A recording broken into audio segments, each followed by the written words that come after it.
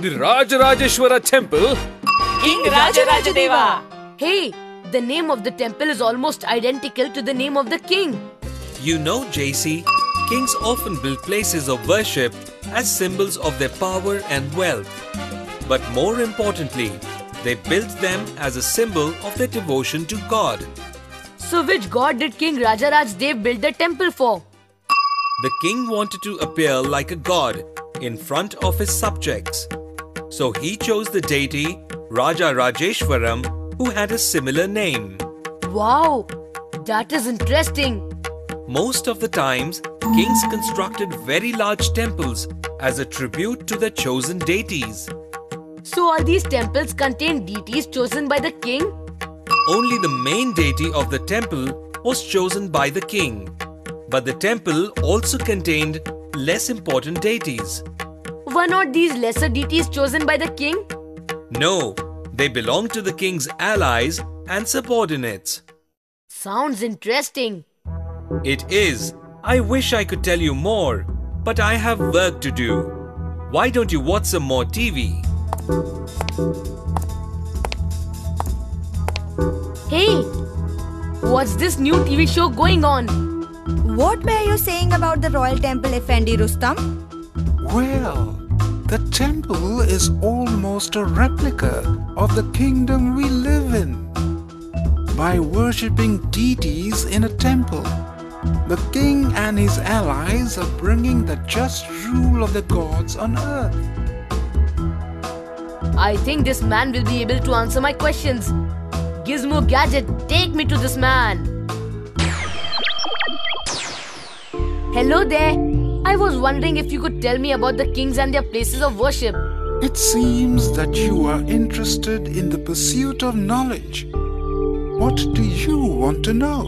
I heard you telling the little boy that the king and his allies were bringing the just rule of the gods on earth. That's right. Kings are considered to be gods living on earth. And by building places of worship, the kings are emphasizing the close relationship they share with God.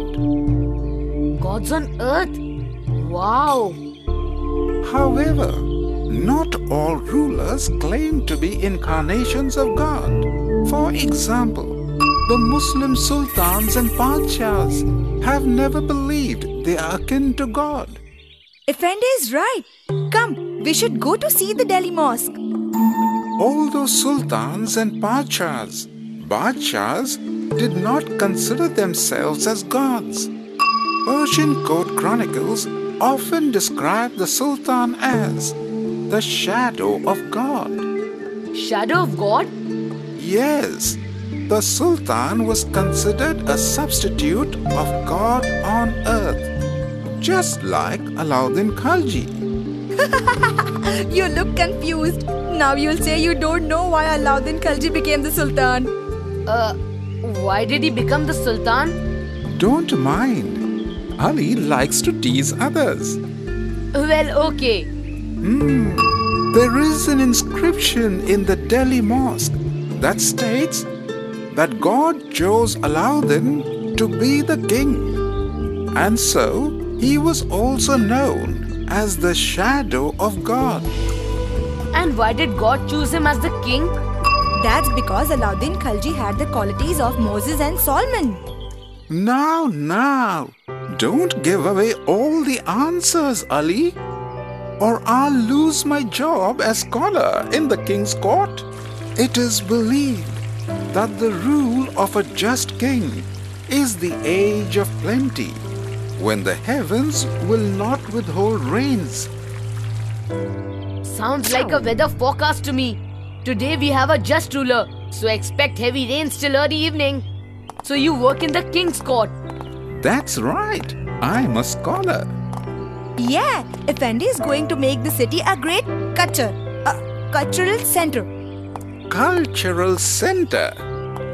What Ali means to say is that the king is my patron, and by offering patronage to the pious and learned, the king hopes to make his kingdom famous.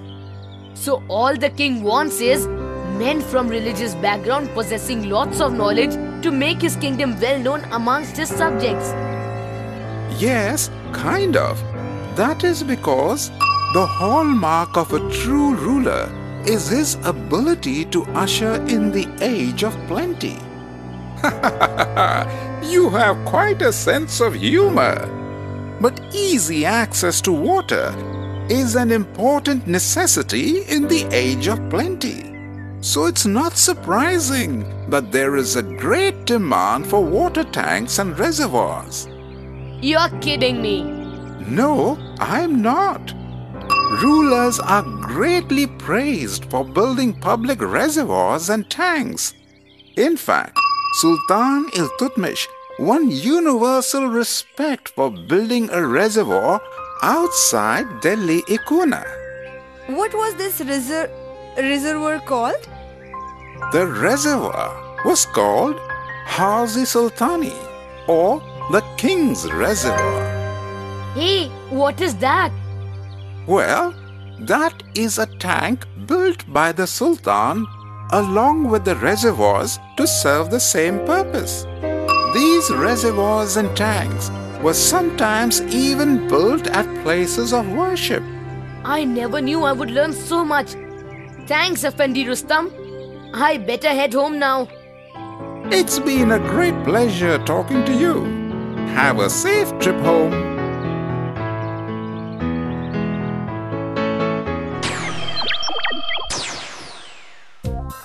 Dad, have you heard of the Age of Plenty? I think I have.